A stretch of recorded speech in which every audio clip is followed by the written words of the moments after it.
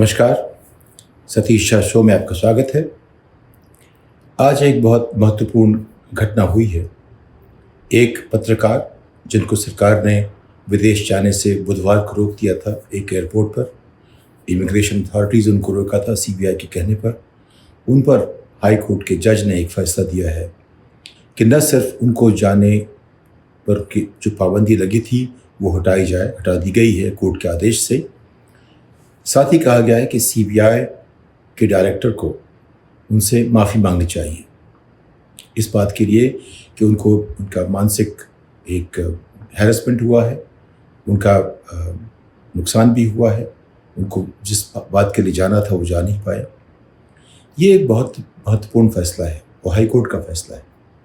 इसके पहले राणा अय्यूब को रोका गया था, वो भी एक पत्रकार हैं, उनको भी कोर्ट जाना पड़ा था।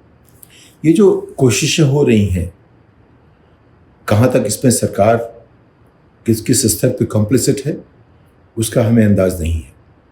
लेकिन अगर लोग सोचते हैं कि हमारे नेता ऐसा चाहते हैं तो छोटे अफसर, उन्हें हम सिविल सर्वेंट कहते हैं, जो अक्सर ना सिविल होते हैं ना सर्वेंट की तरह व्यवहार करते हैं, वो ये सोच के कि नेता इससे खुश हो जाएगा तमाम तरह की विकृतियाँ अपने चरित्र में, अपने कार्यशैली में जोड़ते रहते हैं। तो ये राणा अय्यूब हो चाहे आकार पटेल हो, इन सबको रोकने का जो एक माहौल बनाया जा रहा है वो इसलिए कि अपने आकाओं को खुश करने के लिए कुछ अफसर करते रहते हैं। और जो ईडी और सीबीआई, कुछ तो ये होता होगा कि सरकार सीधे कहती होगी, और सरकार का मतलब सिर्फ होता है जो नेता हो, जो चुनाव लड़के सरकार बना सके, वो सरकार होता है। इस हिसाब से हमारे प्रधान सेवक, उन्होंने बड़ा अच्छा नाम खुद को दिया था प्रधान सेवक, वो दरअसल वही सरकार है। उनके नाम पे जो लोग चलते हैं वो भी सरकार का हिस्सा बन जाते हैं। और उसके बाद आती है सिविल सर्विस, सिविल सर्वेंट होते हैं जो अक्सर अनसिविल बिहेवियर में होते हैं और सर्वेंट कम अफसर ज़्यादा होते हैं। वहाँ से मुश्किल शुरू होती है एक ढांचे को डगमगाने की जो लोकतंत्र के लिए बहुत ज़रूरी है। तो अब हमेशा याद रखना चाहिए कि हमारी जो सरकार है, गवर्नेंस का जो हिस्सा है, उसमें 4 खंभे हैं। एक है जो चुनाव जीत के आता है, जो प्रधानमंत्री प्रधान सेवक बनता है। दूसरा जो उनके लिए काम करता है, उसका ढांचा बना हुआ है इसको कि संविधान के तहत काम करना पड़ता है। उसकी जिम्मेदारी है, हर सिविल सर्वेंट की जिम्मेदारी है, उसे हमेशा कहिए तुम सिविल बनो और सर्वेंट बनो, पब्लिक के सर्वेंट बनो। उसकी जिम्मेदारी है कि संविधान के हिसाब से बात करें। संविधान उसको कहता है। एक बार मैंने एक सेक्रेटरी से पूछा, गवर्नमेंट ऑफ इंडिया के सेक्रेटरी से, उन्होंने कहा ये बात तो आप सरकार से कहिए। तो मैंने कहा सरकार होता कौन है? कहते हैं सरकार वो होते हैं जो चुन के सरकार बनाते हैं, यानी कि प्रधानमंत्री। आप क्या करते हैं सेक्रेटरी साहब? मेरा काम ये है कि जो संविधान कहता है, जो रूल बुक जो कहती है, हम उस हिसाब से जो भी सरकार फैसला करे वो ये देखें कि रूल बुक में ठीक है कि नहीं है। और अगर सरकार ज़्यादा हावी हो जाए तो कहती रूल बुक बदल दो, उसका अधिकार है। लोकतंत्र में जो चुनी हुई सरकार आती है उसका अधिकार एक हद तक है, लेकिन उसकी भी एक सीमा होती है। अगर हम रूल बुक सारी सारी बदल दें, हर बार 2/3 जब भी कोई बहुमत हो जाए वो कहते हैं कि हमारा देश जो आज सेकुलर है, कल हिंदुत्ववादी है, परसों कुछ और है, तब तो न संविधान रहेगा, न देश रहेगा, न लोकतंत्र रहेगा। तो इसीलिए हर ढांचे की सीमाएं होती हैं, उसकी मर्यादाएं होती हैं, उसकी संस्थानें होते हैं, उस हिसाब से बात चलती है। तो अब उसका एक खंभा तो जो चुन के आता है, दूसरा जो उसके लिए काम करता है, स्टील का जो हमारा फ्रेम है जिसमें सिविल सर्वेंट होते हैं, तीसरा है जुडिशियरी, न्यायपालिका। न्यायपालिका के जो 2 बड़े मजबूत पक्ष हैं, एक तो जज और एक वकील। जज बहुत अच्छे हों, वकील ही काम न करे तो जज बेचारे क्या करेंगे? और अगर वकील बहुत अच्छे हों और जज सभी कॉम्प्रोमाइज हो तो फिर क्या होगा? तो वहाँ संतुलन चाहिए। वो संतुलन देख रहे हैं हम कि वो भी वहाँ भी अगर सभी लोग समाज का हिस्सा हैं। जो पुराने चीफ जस्टिस गोगोई हैं, उन्होंने जो भी अच्छा बुरा किया हो, उन्होंने एक बात बहुत साफ कही थी कि हम सब समाज का हिस्सा हैं, हम आसमान से टपकते नहीं हैं, हम स्वर्ग से नहीं उतर के आए हैं। अगर हमारे समाज ने भ्रष्टाचार को स्वीकार कर लिया है तो हम भी उसका हिस्सा हैं। इतनी साफ कोई से सिर्फ गोगोई से साफ कोई इस बात कह सकते थे। तो जो अभी जो फैसला हुआ है आकार पटेल को लेकर, आकार पटेल कौन है? इनको मैं जानता नहीं, मिला नहीं हूँ।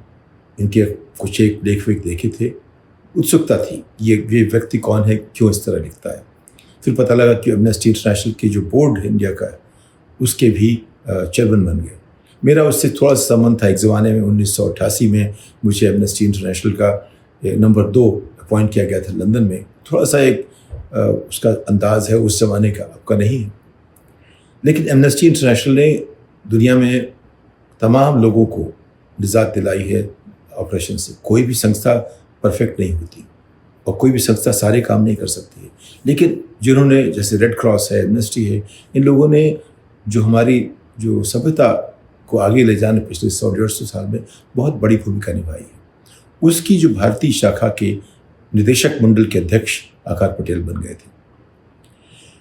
एक और उनकी खूबी है, कहा गया है कि एक ज़माने में वो जब एडिटर्स गिल्ड का हिस्सा थे, मुझे पूरी बात याद नहीं है, तब उन्होंने एक रिपोर्ट साइन की थी। उस रिपोर्ट में 2002 के दंगों में सरकार कितनी कॉम्प्लिसिट थी, सरकार का कितना हिस्सा था, उसके ऊपर उन्होंने अपने दस्तखत किए थे। तो सब मिला के आकार पटेल हैं। पटेल तो सरदार पटेल भी थे, उनकी तो मूर्ति बनती है, लेकिन आकार पटेल को रोका जाता है। तो वो पटेल जो हैं गुजरात के हैं, लिखते हैं, तेज तर्रार हैं और उनमें एक खड़े होने की लालसा है, क्षमता है, वो आपके दुखी। इसी के लिए उनको रोका जा रहा था कि वो हमेशा अपनी बात कहते हैं खड़े होकर, जैसे राणा अय्यूब कहती हैं। और ये सब लोगों का रिश्ता जो है कुछ गुजरात के 2002 के दंगों से है। ये भी एक अजीब सी बात है। तो सीबीआई ने 2019 में जो केस किया एमनेस्टी इंटरनेशनल के ऊपर, उसमें नाम उसके एफआईआर में आकार पटेल का नहीं है, लेकिन चूंकि चेयरमैन थे, इनसे एक आध बार बातचीत हुई। चूँकि हमेशा टिप्पणी करते रहते हैं, तो किसी अफसर को लगा होगा कि इनके ऊपर कुछ करें तो शायद हमारे आका हमसे खुश हो जाएंगे। तो अब जो हाई कोर्ट ने राणा अय्यूब को जाने दिया और आकार पटेल को भी जाने दिया, उसमें एक आशय ये है कि जो भी आदेश दिया होगा सीबीआई ने या जिस भी संस्था ने, उसमें कुछ कमियां रही होंगी, वरना हाई कोर्ट प्रोसेस को देखता है, क्या प्रोसेस ठीक है कि नहीं है, उसका इंटरप्रिटेशन भी होता है। और सभी संस्थाएं इस तरह बनी हुई हैं कि उनकी अपनी सीमाएं हैं, अपनी सीमा के बाहर नहीं जा सकते। यानी कि कचहरियों की नज़र में उनकी सीमाओं में रहते हुए उनको लगा कि जो सरकारी एजेंसीज ने जो आदेश दिए हैं वो गलत है, वो मतलब इनफर्म है, यानी कि उनमें वो रोबस्ट नहीं है, वो इतने न्यायपरक नहीं है एक तरह से देखिए तो ये जो हमें जज साहब को साधुवाद देना चाहिए कि उन्होंने ये हिम्मत दिखाई। क्योंकि जब भी बात करता हूँ मैं तमाम जजों से, वकीलों से, वो कहते हैं लोया साहब के देहांत के बाद कुछ माहौल बदल गया है, या उनकी मौत के बाद या उनकी हत्या के बाद। जो लोया साहब एक सीबीआई के जज थे, जिसका जिक्र आप पढ़ सकते हैं गूगल पे। उसके बाद से थोड़ा सा ऐसा माहौल बना डर का कि लोग कुछ कहना नहीं चाहते, कुछ ऐसे फैसले देना नहीं चाहते जो सरकार के पक्ष में ना हो। या आपने देखा सुप्रीम कोर्ट में वो उठाते ही नहीं मुद्दे, आप 18 महीने 20 महीने रह जाते हैं, उनको उठाते नहीं हैं, और जो सरकार चाहती है वो मुद्दा फ़ौरन उठ जाता है। अगर नवाब गोस्वामी की बात है, उन्होंने आज अपील दी और कल मुद्दा सामने आ गया, और जो बड़े मुद्दे हैं वो कोई उठाता ही नहीं है, क्योंकि सब में एक डर था। सब देखते हैं कि देश में जो आज की सोच है वो किधर जा रही है, उसको लेकर के नेता की तरफ देखते हैं, और नेता के साथ सारा माहौल ऐसा बन जाता है कि तथ्य, सत्य, न्याय की बातें दरकिनार हो जाती हैं, और सामने क्या आता है वो ये कि नेता क्या चाहता है, या जो हमसे बड़ा है वो क्या चाहता है, जो हमसे एक दर्जा ऊपर है ओहदे में, जिसके पास अधिकार है, वो क्या चाहता है। तो अगर जज साहब ने इस मामले में, राणा अय्यूब के मामले में, आकार पटेल के मामले में, अब देख रहे हैं आप, राणा अय्यूब का नाम मुस्लिम से लगता है, आकार पटेल हिंदू भी हैं, और ये सब भारतवासी हैं। पहली बात तो मानना चाहिए कि कोई भारतवासी देशद्रोही नहीं है, ये मान के चलना चाहिए। वो एक आध अगर हैं तो वो इसलिए हैं कि उनको कहीं से भड़काया जा रहा है, या वो किसी ने उनको नाराज़ कर दिया, उनकी हरकतें ऐसी लग सकती हैं आपको। देशद्रोही कोई नहीं होता, सबको अपने देश में गर्व होता है, ये तो मानना चाहिए। लेकिन किसी को भी आप देशद्रोही बना सकते हैं, चाहे तो कोई भी व्यक्ति हो, चाहे कितना भी शरीफ हो, कितना भी शिष्ट हो, आप उसको देशद्रोही कह सकते हैं अगर आप चाहें तो। सरकार के पास बड़ी मोटी किताब है, उसमें बड़े सारे नियम कानून बने हुए हैं, उसके आधार पर कभी भी कुछ भी कह सकती है। तो इस बार ये हुआ कि एक वकील साहब जिन्होंने, तनवीर साहब हैं, उनको साधुवाद देना चाहिए, उनकी तारीफ़ करनी चाहिए, उन्होंने इस बात को लेके सरकार को समझाया। अब इस बात से एक बहुत बड़ी बात निकलती है। मैं मानता हूँ, मुझे लगता है कि शायद सरकार इस पर अपील करे, लेकिन ज़्यादा अच्छा होगा अपील ना करे और इस बात को लेके समझे कि हमारा जो माहौल बना है उसमें हम सीमाओं की रक्षा करेंगे, उनकी मर्यादा मानेंगे, तभी लोकतंत्र चलेगा। अगर लोकतंत्र में हम हर मर्यादा की सीमा तोड़ना शुरू कर देंगे तो कोई ढांचा जो है वो बिल्कुल चरबरा रह जाएगा और उसकी जो शक्ल बनेगी हम पहचान नहीं पाएंगे। ये बात आज की नहीं है, ये बात जब इमरजेंसी के बारे में जब बहस हुई थी तब भी यही बात आई थी। मुझे याद नहीं कि सिरवाई थे कि कौन तब वकील थे और कौन भगवती थे या जो भी जज थे। ये मुद्दा ये तब आया था कि जो आधारभूत ढांचा हमारे संविधान का है और जो उसके तहत जितने नियम कानून बने हैं, जो मर्यादाएं हैं, अगर उनमें से कुछ काम करने से तो थोड़ी बहुत चल जाती है, लेकिन कुछ काम करते हैं तो ढांचा चरमरा जाता है। जिससे ढांचा चरमराए वो काम नहीं करने चाहिए और काम न करने देने की इजाज़त भी नहीं देनी चाहिए। तो ये जो अगर आप किसी भी अखबार वाले को किसी भी को रोक लोगे कहीं पे, वो जो है उससे एक डर बनेगा, उससे लोकतंत्र चलेगा नहीं। लोकतंत्र में आप कोशिश ऐसी कीजिए कि आपके सिस्टम इतने बढ़िया हो, जो गलती करते हैं उनको एक उसका खामियाजा भुगतना पड़ेगा। ठीक है, बिल्कुल ज़रूरी बात है, उसके बिना व्यवस्था नहीं चलती। लेकिन उसके कई पहलू होते हैं। कोई एक आदमी सोचता है ये गलत है और 10 आदमी सोचते हैं गलत नहीं है। कोई वकील कहता है उसके बारे में, कोई जज कहता है, उसकी सिस्टम बनाइए 5, 6, 7, 8 जो सीढ़ियाँ होती हैं एक बात को सच करने की। लेकिन फिर मुश्किल आती है कि प्रोसेस अपने आप में एक प्रोसिक्यूशन बन जाता है, पनिशमेंट बन जाता है। यानी कि जो हमारा तरीका चीज़ों को समझाने का है या सब सुलझाने का है वो इतना दर्दनाक है कि अपने आप में वही सज़ा बन जाता है। ऐसा भी ना हो। एक जो अभी इसमें आकर पटेल के मामले में जो जज साहब ने एक बात कही है वो ये कि जब भी सरकार ऐसे गलत कदम उठाती है किसी व्यक्ति के खिलाफ, संस्था के खिलाफ, जो उससे नुकसान होता है उसकी भरपाई कौन करेगा? तो उनको सरकार में लोग होते हैं, लोगों की अपनी समझ होती है, हर स्तर पर उनकी समझ अलग होती है। इसीलिए एक ढांचा बनता है कि अगर किसी ने गलती की तो उस ढांचे में उसको सुधारने का मौका मिलता है। तो उस ढांचे में सुधरती बातें जो अंत में निकलती है बात, थोड़ा सफाई ज़्यादा होती है और वहाँ से दूसरी संस्था के पास पहुँचती है, एग्जीक्यूटिव से जुडिशरी के पास अगर बात पहुँचती है तो वहाँ फिर नए लेंस से लोग देखते हैं उसको, उस पर एक नई तरह की समझ आती है, फिर उसको हम फिर सुलझाने की कोशिश करते हैं। तो सारी की सारी बात यह है एक लोकतंत्र में कि हम सभी नागरिक हैं, कोई भी देशद्रोही नहीं है। एक ढांचा है, गलतियाँ सबसे हो सकती हैं। कुछ लोग जानबूझ के करते हैं, जानबूझ की गलती करना वो अपराध की श्रेणी में आता है और अनजाने में गलती करना वो अपराध नहीं होता, वो गलती है। उस गलती के लिए अलग तरह के तरीके होते हैं, जो जानबूझ गलती करते हैं उसके अलग तरीके होते हैं। वो जो एक हमारा ढांचा बना है न्यायपालिका का, उसमें एक बहुत ज़रूरी बात है, तनवीर जैसे वकील चाहिए। ऐसे वकील जो अपनी बात इस तरह कहें कि उनको सही को, सच को सामने लाना है।